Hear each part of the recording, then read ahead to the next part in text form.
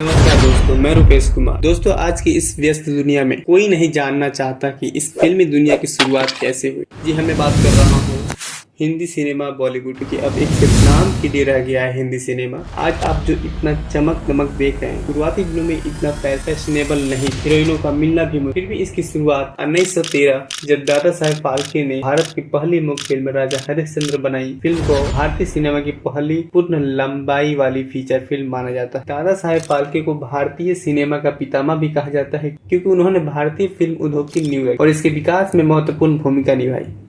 उनकी इस पहल ने आगे चलकर बॉलीवुड को एक विशाल और विश्वव्यापी पहचान दिलाई। बॉलीवुड की पहली फिल्म कौन थी? राजा हरिश्चंद्र, जो 1913 में रिलीज हुई थी, में मुख्य भूमिका निभाने वाले अभिनेता दत्तात्रेय दामोदर दबके थे। इन्हें दादा साहेब फाल्के ने राजा हरिश्चंद्र की भूमिका के लिए चुना था। इस फिल्म में किसी महिला ने काम नहीं किया था, क्योंकि उस समय महिलाओं का फिल्मों में काम करना सामाजिक रूप से स्वीकार्य नहीं था। इसलिए फिल्म में रानी तारामती की भूमिका अभिनेता अन्ना सालुके ने निभाई थी। अन्ना सालुके ने ही बाद में बॉलीवुड की पहली महिला पात्र की भूमिका निभाई थी। आगे चलकर धीरे धीरे महिलाओं ने भी फिल्मों में काम करना शुरू किया और देविका रानी जैसी अभिनेत्रियां उभर कर सामने आई, जो भारतीय सिनेमा की पहली प्रमुख महिला सितारों में से एक मानी जाती है। बॉलीवुड की सबसे पहली 5 फिल्मों के बारे में बात करें तो भारतीय सिनेमा के शुरुआती दौर की महत्वपूर्ण फिल्म है। तो जैसे कि पहले के तो बता ही चुका हूँ, राजा हरिश्चंद्र 1913 में जो रिलीज हुई थी, जिसके निर्देशक दादा साहेब फाल्के थे, ये भारतीय सिनेमा की पहली मूल फिल्म थी और इसे भारतीय सिनेमा का आरंभ भी माना जाता है। दूसरी है लंका दहन, जो 1917 में रिलीज हुई थी। निर्देशक दादा साहेब फाल्के हैं। यह फिल्म रामायण के एक महत्वपूर्ण हिस्सों पर आधारित थी और भारतीय सिनेमा में धार्मिक फिल्मों की शुरुआत की थी। अगला है मोहिनी भस्मासुर, जो 1913 में रिलीज हुई। इसके निर्देशक भी दादा साहेब फाल्के थे। यह एक और मुख्य फिल्म थी जो पुरानी कथाओं पर आधारित थी और इसमें विशेष प्रभावों का उपयोग किया गया है। नेक्स्ट है कृष्ण जन्म, जो 1918 में रिलीज हुई थी, जिसे बनाया था दादा साहेब फाल्के ने। ये फिल्म भगवान श्री कृष्ण के जन्म और उनके प्रारंभिक जीवन की घटनाओं पर आधारित थी। अगला है कालिया मर्दन, जो 1919 में रिलीज हुई थी। यह फिल्म भी भगवान श्री कृष्ण के जीवन पर आधारित थी और इसमें उन्होंने कालिया नाग को हराने की कथा को चित्रित किया था। इन फिल्मों ने भारतीय सिनेमा के शुरुआती दौर में महत्वपूर्ण भूमिका निभाई और सिनेमा के दिशा और दृष्टि को स्थापित किया, जिसके निर्देशक दादा साहेब फाल्के थे।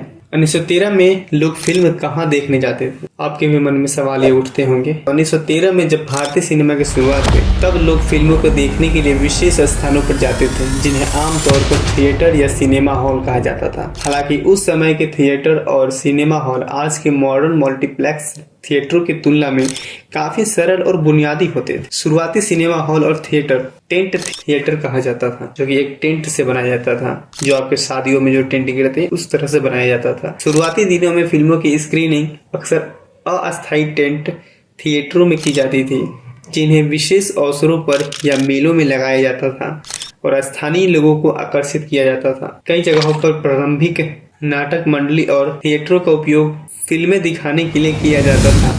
इन थिएटरों में पहले से ही दर्शकों के बैठने की व्यवस्था और मंच की सुविधा होती थी। सार्वजनिक स्थलों पर स्क्रीनिंग, कभी कभी फिल्में सार्वजनिक स्थलों पर जैसे कि बड़े मैदान या सामुदायिक हॉल में भी दिखाई जाती थी। इन जगहों पर एक प्रोजेक्टर और सफेद स्क्रीन या कपड़े का इस्तेमाल किया जाता था।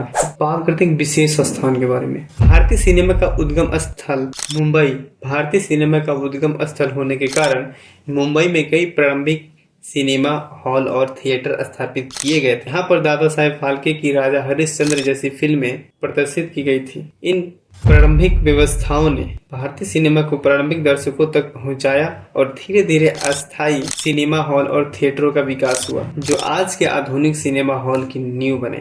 भारतीय स्वतंत्रता के बाद पहली फिल्में। अक्सर आपके मन में यह उठता होगा कि जब हमारा देश आजाद हुआ उस समय कैसी फिल्में रिलीज होती थी।